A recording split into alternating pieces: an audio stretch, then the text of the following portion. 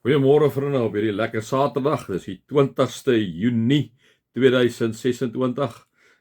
Ek hoop julle tot dusver toe 'n lekker naweek wat voor julle uitstrek. Kom ons raak net so vir 'n wyle stil.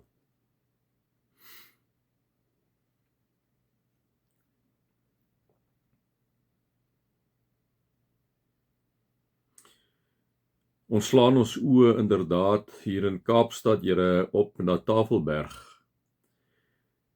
En wanneer ons oë opslaan na Tafelberg, dan besef ons, Here, u grootsheid. Dat u Tafelberg geskep het. U is die skepper van die hemel en die aarde. Here, ons wat omring word deur water, om te besef dat u stel grense aan die water. U is die skepper ook van al die waters. As ons oë opslaan, Here, in 'n wolklose nag, sien ons inderdaad, u is die skepper van al die sterre en planete. Raak ons bewus dat u die skepper is, inderdaad van die hemele. Ons kom buig ons neer, Here, voor u. Amen. Vriende, mag daar vir julle genade en vrede en oorvloed wees, omdat julle God ken, Jesus ken en die Heilige Gees ken. Vriende, soos ek sê, ek bombardeer julle 'n bietjie daarmee, maar ek wil hê dat julle so inderdaad bewus gaan wees van die konteks, hoekom die Hebreër, hierdie Hebreër skrywer, hierdie briefskrywer aan hierdie Hebreërs,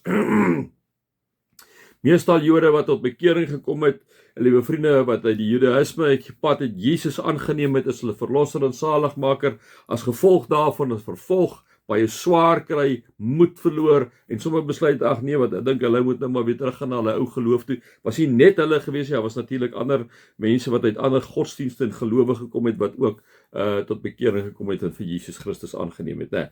En dan kom skryf hy hierdie brief eintlik om hierdie mense te bemoedig, en vertel hy hier in Hebreërs 11 van hierdie geloofsgalery, hierdie geloofshelde, en kom sê hy, julle oë moet gerig wees natuurlik op die ou einde, op die hemelse prys. Julle moet weet, julle is net bywoners hierso. Dan vertel hy van Abraham en Isak en Jakob en nou Josef en almal vertel hy vir hulle, hoor hierdie ouens het hulle swaar gekry, het hulle in God vasgehou. Julle moet ook in God vashou. Moenie moed verloor nie. En ons het gister 'n bietjie stil gestaan by Moses op die eind wat die Egiptenaar doodgeslaan het, gevlug het, 40 jaar lank teens teruggekom het, die vader dood is, en dan staan daar die volgende, hy sê in vers 28, omdat hy Moses geglo het, het hy die Pasga ingestel en die bloed aan die deurkusyne laat smeer, sodat die engel van die dood met die eersgeborenes, nie die eersgeborenes van Israel sou tref nie. Moses wat later terugkom, en dan wat die volk wil, en God vir Moses sê, hoor jy gaan die volk moet uitlei, en dan ken julle die verhaal waar hy sê, Here, wag nou, ek hakkel, Here, ek kan nie dit goed doen nie, sê die Here, man,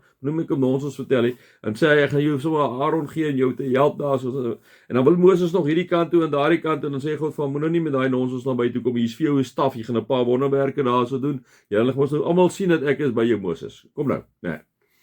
En dan sien ons Moses kan nou later ook nie meer anders nie, en dan gaan hy nou maar, en dan is al die plaag wat julle nou ken, en dan kom die laaste plaag natuurlik, en die Farao, die Israeliete nie wil laat gaan nie, is die laaste plaag natuurlik, dat God vir hom sê, hoor jy moet 'n lammetjie slag, jy moet ongesuurde brood gevat, die bloed moet jy teen die deurkusyne van die Israeliete smeer, sodat wanneer die doodsengel verbykom, hy geen niks van die Israeliete sal tref nie, maar net die Egiptenare, sodat hierdie koning eens en vir altyd sal luister, dat ek die God is van die heelal, die God ook van die Israeliete. En dan sien ons die Egiptiese koning, wil hulle nie laat trek nie, en dan daai nag, kom die engel en hy maak al die eersgeborenes dood van die Egiptenare, die mans, vrouens, diere, alles maak hy dood. En dan is hy 'n verskriklike gehuil en geween en geknars van tande in Egipte, kan natuurlik in die aard van die saak indink, maar op daai stadium, net voordat die engel gekom het, word die Pasga ingestel, wat dan nou vandag in die Nuwe Testament die nagmaal is, en terwyl hulle die Pasga instel, dink hulle daaraan dat hierdie bokkie geslag is vir hulle, en dat die ongesuurde brood wat hulle eet, om hulle dan altyd te herinner op die eind, en dit is waar jou paastyd ook vandaan kom, om jou te herinner aan dat God hulle uitgelei het uit Egipte land het. Ons sê ons gebruik die nagmaal waar Jesus ons uitgelei het uit die slawerny van sonde uit, né? En word die Pasga ingestel en kom sê hulle eintlik daardeur, maar Here, ons vertrou op U, ons glo op U, ons het gesien wat U gedoen het, ons het gesien wat U aan Egiptenare gedoen het en Moses was instrumenteel deel daarvan om hierdie mense te help om ook te glo, né? Deur alles te gedoen. Dan kon nie anders as om te glo nie, om te sien al die goed wat Moses gedoen het, bloed wat in water verander, die paras wat daar so was, die beskiete wat daar was. Ek het nie eens alles onthou wat Moses gedoen het nie, né? Maar was 'n klomp van daai goeders wat julle moes nou maar weer steekvlee op 'n stadium gewees, sprinkane gewees as ek dit nie mis het nie.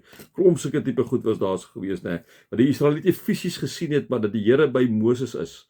En op die ou en dan nou die laaste plag. Nou kom die Hebreërskrywer, gaan nou weer terug na die Hebreërskrywer. Nou kom vertel die Hebreërskrywer vir hierdie mense en hierdie mense wat swaar kry, moedeloos is. Kom sê, kyk hoe God voorsien. Nie eers hierdie Egiptenare kon hulle terughou nie. God het ingestaan vir die Israeliete. Julle hoef nie bang te wees nie. Nou praat hy weer met hierdie mense, soos om my interpretasie. Kom praat hy met hulle, kom sê, sien jy hoe het God by hulle gewees? Die Egiptenare wou hulle te nagekom tot op die einde is al hulle eersgeborenes dood. Julle kan maar God vashou, maak nie saak wat gebeur nie. Moenie kyk na die vervolging nie. Moenie kyk na al hierdie goed nie. Moenie moed verloor nie. Hierdie God is altyd getrou. Kyk net maar net in die tyd van Moses hoe het hy opgetree. Hy het vir Moses geroep. Hy het hom aangestel om die volk Israel uit te lei. Die Farao wou nie luister nie. Hy het hulle verskriklik verdruk en op die ou einde het God eenvoudig ingegryp en gesê tot hier toe en nie verder nie. En die eersgeborenes is almal doodgemaak van die Egiptenare. En daar kom sê die Hebreërskrywer vir hierdie mense, julle kan maar op God vertrou. Julle hoef nie moedeloos te word nie. Miskien is ek en jy op daai punt dat ons wil moedeloos raak as hierdie hele paar dae wat ons nou stil staan hier by Hebreërs in die agtergrond van die Hebreërs Hebreërboek vir jou. Om net vir jou bewus te maak daarvan God los jou nie. Al is jy moedeloos. Al wil jy sommer alles los. Moenie. Wees weer eens daarvan bewus dat God met jou kom praat deur die Gees. Gaan nie oor ja nee, ek sê dit is stof maar nie.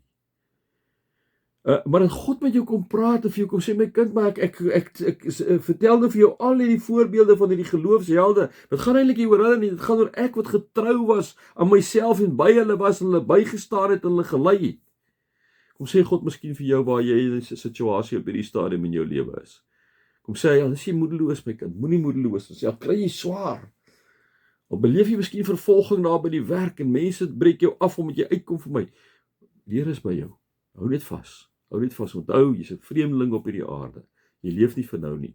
Jy leef vir altyd saam met Jesus en ons leef vir die hiernamaals, né? Kom sê hy vir jou en vir my. My vuisend. Mag julle God se liefde ervaar, die genade van die Here Jesus Christus God self, die teenwoordigheid van die Heilige Gees, God die Gees self.